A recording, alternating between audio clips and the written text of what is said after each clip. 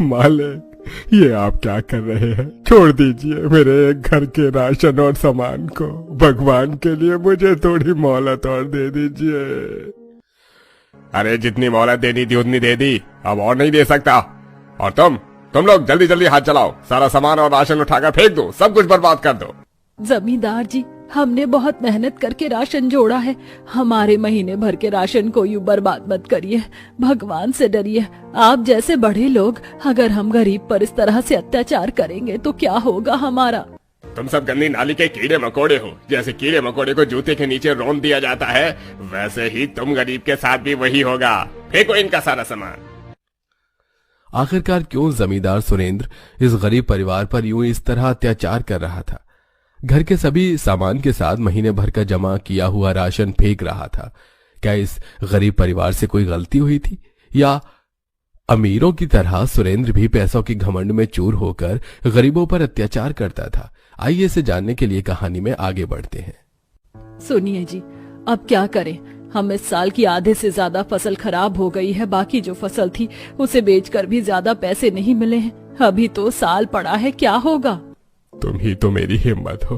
अगर तुम इस तरह परेशान हो कि तो मैं क्या करूंगा। तुम फिक्र मत करो, मैं कुछ ना कुछ तो करता हूँ। राजीव की वकील की पढ़ाई भी करवानी है। इस साल नहीं तो अगले साल कल्पना की शादी भी करनी है। कैसे होगा सब।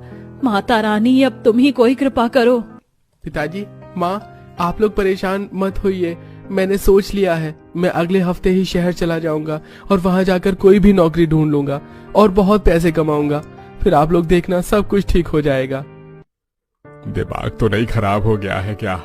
क्या बात कर रहे हो? कोई जरूरत नहीं है शहर जाकर नौकरी करने की। मैं अभी जिंदा हूँ, समझे?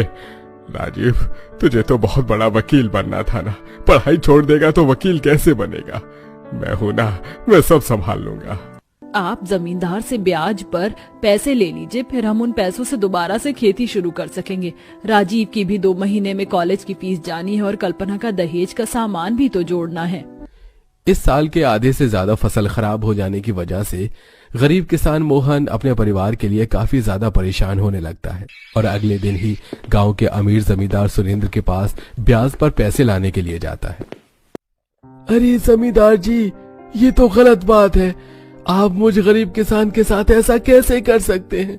आपने मुझे 10% के हिसाब से 30,000 रुपए ब्याज के तौर पर दिए थे और इस हिसाब से 3 महीना का ब्याज 9,000 रुपए हुआ, तो आप मुझे 12,000 कैसे ले सकते हैं?